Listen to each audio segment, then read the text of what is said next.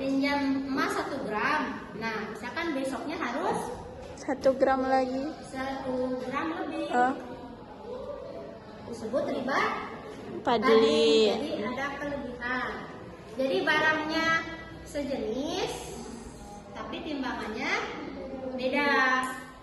Timbangannya beda. Jadi itu disebut Riba padli. Jadi meminjam emas, tapi besoknya gramanya jadi rubah. Barangnya sejenis, tapi timbangannya Berubah. jadi segram jadi 2 gram misalkan. Nah, itu disebut riba Padli. Yang kedua riba qardhi, yaitu riba qardhi seperti tadi contohkan.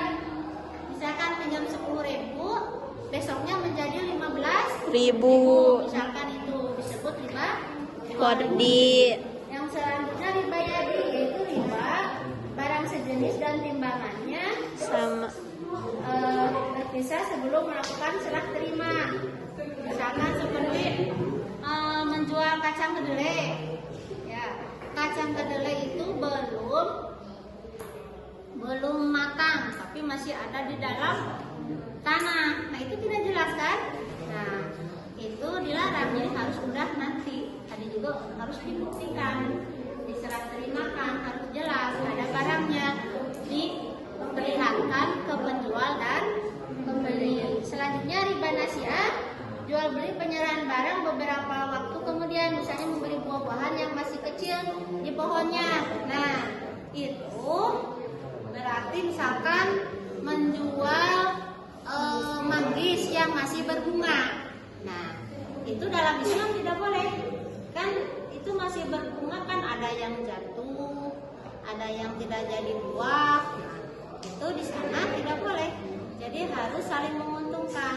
Jadi nanti harusnya menjualnya harus sudah Tumbuh. matang.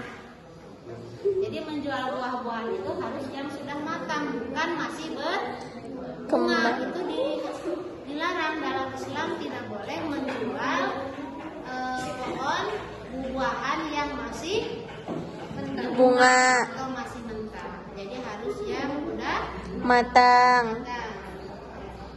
Ya. Dari Ibu cukupkan sekian. Ya. Kesimpulannya bahwa dalam Islam itu prinsip ekonomi itu intinya kita harus apa tadi? Harus jujur. Tidak boleh curang. Yang tadi dijelaskan, yang satu apa tadi, ulangi lagi? Tidak boleh apa? Menggunakan cara yang batil. Yang kedua, Melakukan kegiatan riba. yang ketiga, Tidak boleh dengan cara jolim. yang keempat, Tidak boleh mempermainkan takaran. yang kelima, Tidak boleh dengan cara spekulasi atau berjudi. Tidak boleh melakukan jual beli barang haram. nah itu ya. Semua paham? Paham. Paham semua. Syukur, alhamdulillah. Ya.